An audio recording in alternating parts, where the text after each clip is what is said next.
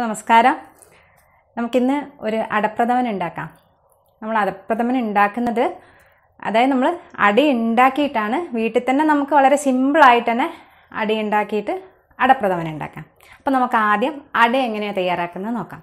അപ്പോൾ ഇതിലേക്ക് ഞാൻ ഈ ഒരു ഗ്ലാസ്സിൽ ഒരു ഗ്ലാസ് ഉണക്കലരി കുതിരാനിട്ടിട്ടുണ്ട്. നമ്മൾ സാധാരണ പാൽപ്പായസത്തിനെല്ലാം എടുക്കുന്ന ഉണക്കലരിയാണ്. അപ്പോൾ അത് ഞാൻ ഒരു ഗ്ലാസ് ഇതിലേക്ക് കുതിരാൻ വെച്ചിട്ടുണ്ട്. ഇപ്പോൾ ഒരു 2 മണിക്കൂർ കുതിർത്ത് വെച്ചാൽ മതി.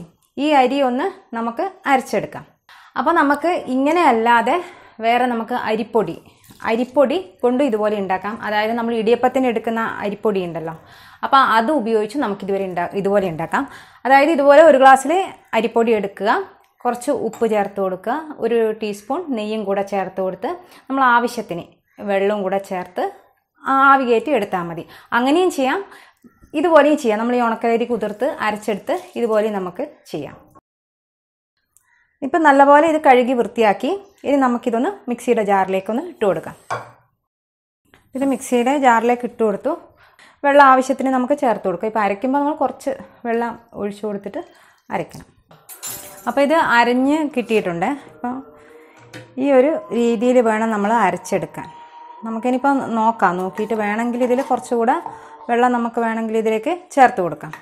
ഇത് നമുക്കൊരു ബൗളിലേക്ക് മാറ്റാം കേട്ടോ.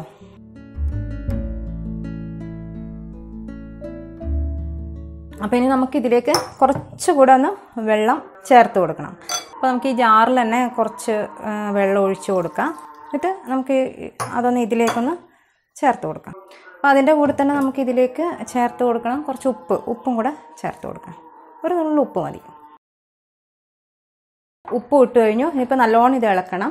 എന്നിട്ട് നമ്മൾ ഈ ഒരു കൺസിസ്റ്റൻസിയിൽ വേണം നമ്മൾ വെള്ളം ചേർക്കാൻ. ഇത് നമുക്ക് വാഴ ഇലയിൽ ഒഴിച്ചു കഴിഞ്ഞാൽ നമുക്ക് സുഖമായിട്ട് ഇതിങ്ങ് ആവി കയറ്റി എടുക്കാൻ പറ്റും. അപ്പോൾ നമുക്കൊന്ന് വാഴ ഇല ഒന്ന് വാട്ടിയെടുക്കാവേ.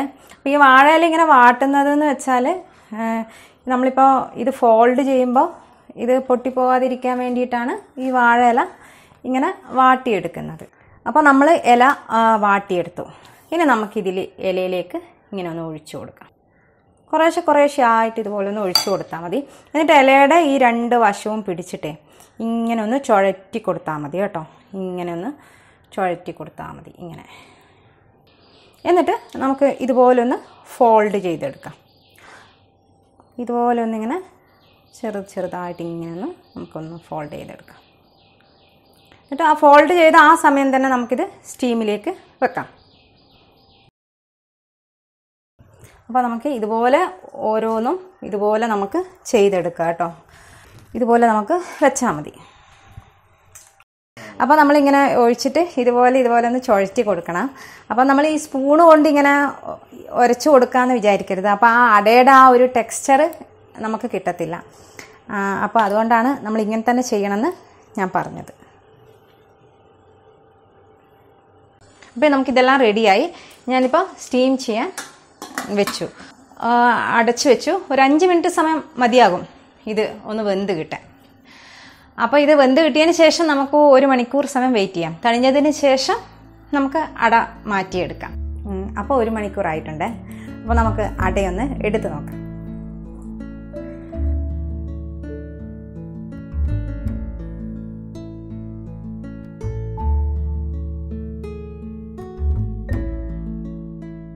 അപ്പോൾ നമുക്കിത് എടുത്തു കഴിഞ്ഞതിന് ശേഷം നമുക്കിത് ഇലയിൽ നിന്ന് ഓരോന്നായിട്ടിങ്ങനെ അടത്തി ഇതുപോലെ അടത്തിയെടുക്കാം. നോക്കി ഇത് ഇലയിൽ നിന്ന് നല്ല രീതിയിൽ വിട്ട് വരുന്നുണ്ട് ഇല്ലേ. അപ്പോൾ നല്ല രീതിയിൽ തന്നെ ഇത് വിട്ട് വരുന്നുണ്ട്.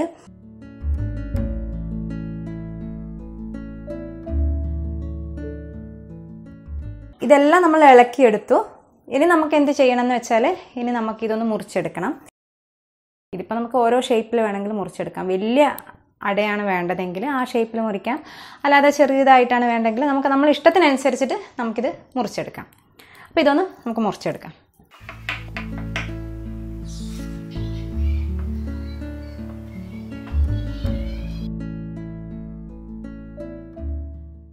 അപ്പം ഇത് നല്ല രീതിയിൽ കിട്ടിയിട്ടുണ്ട്. ഇത് നല്ല രസമില്ലേ കാണാൻ. നമ്മളാക്കി അടയാകുമ്പോൾ അതിൻ്റേതായ രസമുണ്ട്, നല്ലൊരു മണവും ഉണ്ട് കേട്ടോ. അപ്പോൾ ഇതുപോലെ ഒന്ന് ട്രൈ ചെയ്ത് നോക്കണം കേട്ടോ എല്ലാവരും. അതുപോലെ തന്നെയാണ് നമ്മളിത് പായസമാക്കി എടുത്തു കഴിഞ്ഞാലും സൂപ്പർ ടേസ്റ്റ് ആയിരിക്കും ഇതിന്. അപ്പോൾ നമുക്ക് ഉണ്ടാക്കാൻ തുടങ്ങാം. ഞാൻ ഇതിലേക്കൊരു പാത്രം വെച്ചിട്ടുണ്ട്. അപ്പോൾ ഇതിലേക്ക് നമുക്ക് ചേർത്ത് കൊടുക്കേണ്ടത്, ആദ്യം നമുക്ക് ചേർത്ത് കൊടുക്കേണ്ടത് ശർക്കരയാണ്. ശർക്കര ഞാൻ ഇതിലേക്ക് ഒരു 1/2 കിലോ ശർക്കര ഉരുക്കിയെടുത്തതാണ്. അപ്പോൾ ഈ 1/2 കിലോ ശർക്കര ഉരുക്കിയെടുത്തത് ഞാൻ ഇതിലേക്ക് ചേർത്ത് കൊടുക്കുകയാണ്. അപ്പോൾ ശർക്കര ഇതിലേക്ക് ചേർത്ത് കൊടുക്കുക. ശർക്കര ചേർത്ത് കൊടുത്തതിന് ശേഷം നമുക്കിതിലേക്ക് വെള്ളമൊന്നും ചേർക്കണ്ട. ആ ശർക്കര തന്നെ നമുക്കിതൊന്ന് നല്ലോണം ഒന്ന് തിളച്ച് വരട്ടെ.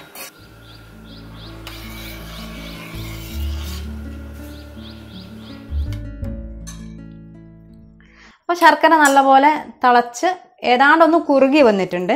ആ സമയമാണ് നമുക്കിതിലേക്ക് അടയൊന്ന് ചേർത്ത് കൊടുക്കേണ്ടത്. അപ്പോൾ നമുക്കൊന്ന് അട ചേർത്ത് കൊടുക്കാം.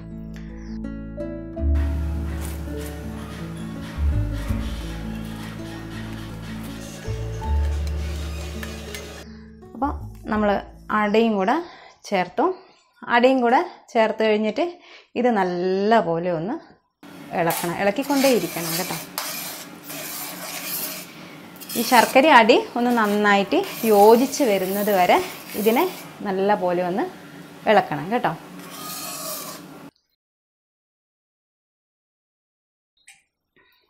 അപ്പോൾ ഇത് നല്ല പോലെ യോജിച്ച് വന്നിട്ടുണ്ട്. ഇപ്പോൾ ഏതാണ്ട് ഒരു 2-3 മിനിറ്റ് മാത്രമേ എടുത്തുള്ളൂ ഈ ശർക്കര അടിയും കൂടി ഒന്ന് യോജിച്ച് വരാൻ വേണ്ടിയിട്ട്. അപ്പോൾ ഇത് നല്ല പോലെ യോജിച്ച് വരുന്നു എന്ന് തോന്നുമ്പോൾ നമുക്ക് ഈ സമയത്ത് നമുക്ക് നമ്മുടെ തേങ്ങയുടെ 2ാം പാല് ചേർത്ത് കൊടുക്കാം. ഞാൻ ഇതിലേക്ക് 3 തേങ്ങയുടെ ഏതാണ്ട് ഒരു നല്ല വലിപ്പമുള്ള 3 തേങ്ങയുടെ പാലാണ് ഞാൻ ഇതിലേക്ക് എടുത്തത്. അപ്പോൾ നമുക്ക് തേങ്ങയുടെ 2ാം പാല് നമുക്കിതിലേക്ക് ചേർത്ത് കൊടുക്കാം.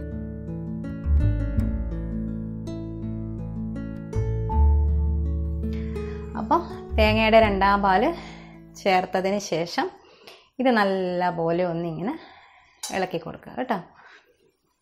ഏതാണ്ട് ഒന്ന് കുറുകി നല്ലോണം ഒന്ന് കുറുകി ഒന്ന് വറ്റി വരണം. കുറുകി ഒന്ന് വറ്റി വരട്ടെ കേട്ടോ ഇത് നന്നായിട്ട്. അപ്പോൾ അത് നമുക്കത് വറ്റി വന്നോ എന്ന് നമുക്ക് മനസ്സിലാക്കാൻ പറ്റും. ഒരു 5 മിനിറ്റ് കഴിയുമ്പോൾ നമുക്കൊന്ന് ചെക്ക് ചെയ്ത് നോക്കാം കേട്ടോ.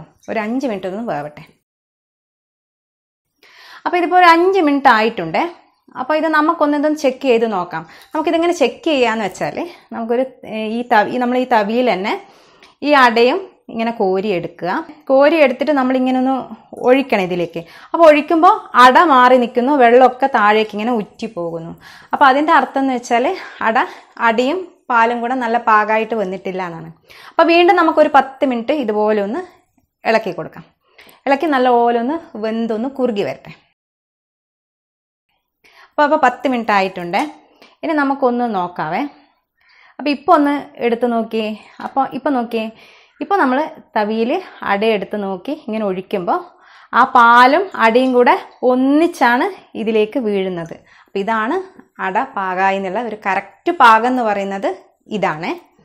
അപ്പോൾ ഈ സമയം നമുക്കിതിലേക്ക് ചേർക്കേണ്ടത് തേങ്ങയുടെ 1ാം പാല്, തമ്പാലും കൂടെ നമുക്കിതിലേക്ക് ചേർത്ത് കൊടുക്കാം. തമ്പാലും കൂടി ഇതിലേക്ക് ചേർത്തു. അതും കൂടെ ചേർത്ത് കഴിഞ്ഞാൽ പിന്നെ ഒന്ന് ജസ്റ്റ് ഒന്ന് തിളച്ചാൽ മാത്രം മതി. ആ തിളച്ച് കഴിയുമ്പോൾ നമുക്ക് ഗ്യാസ് ഒന്ന് ഓഫ് ചെയ്യാം.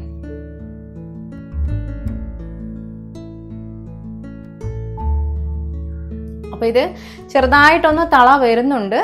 ആ സമയം നമുക്കിതിലേക്ക് ചേർത്ത് കൊടുക്കേണ്ടത് കുറച്ച് ഉപ്പൊന്ന് ചേർത്ത് കൊടുക്കാം. ഒരു 1/4 ടീസ്പൂൺ ഉപ്പ്.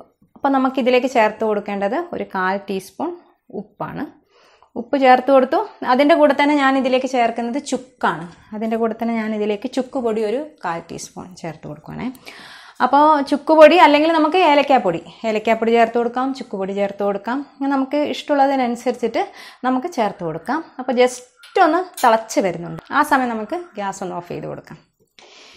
അപ്പോൾ നമ്മുടെ അടപ്പായസം റെഡിയായി. ഇനി ഇതിലേക്കൊന്ന് വറുത്തിടണം. അപ്പോൾ വറുത്തിടുന്നതിന് വേണ്ടിയിട്ട് നമുക്കിതൊന്ന് മാറ്റി വയ്ക്കാം. അപ്പോൾ വറുത്തിടുന്നതിന് വേണ്ടിയിട്ട് ഞാൻ ഇതിലേക്കൊരു പാത്രം വെച്ചിട്ടുണ്ട്. പിന്നെ നമുക്കൊന്ന് നെയ്യൊന്ന് ഒഴിച്ചു കൊടുക്കാം. അപ്പോൾ നമ്മളിത് വീട്ടിൽ തന്നെ ഉണ്ടാക്കിയ നെയ്യാണ്. അപ്പോൾ ഈ നെയ്യ് ഇതിലേക്ക് ഒരു 2 ടീസ്പൂൺ നെയ്യ് നമുക്കിതിലേക്ക് ചേർത്ത് കൊടുക്കാം. അതിനുശേഷം ഞാനിതിലേക്ക് ചേർക്കുന്നത് തേങ്ങ കൊത്താണ്. തേങ്ങ ചെറുതായിട്ട് മുറിച്ചത് അത് ചേർത്ത് കൊടുക്കുക. അത് ഇഷ്ടമില്ലാത്തവരാണെങ്കിൽ നമുക്ക് കാഷ്യൂനട്ടും മുന്തിരിയും കൂടെ നമുക്കിതിലേക്ക് ചേർത്ത് കൊടുക്കാം. അപ്പോൾ ഞാനിതിലേക്ക് ഇതും കൂടെ ചേർത്ത് നമ്മളെ തേങ്ങാ കൊത്തും കൂടെ ചേർത്ത് ഇത് നല്ലപോലെ ഒന്ന് വഴറ്റണം.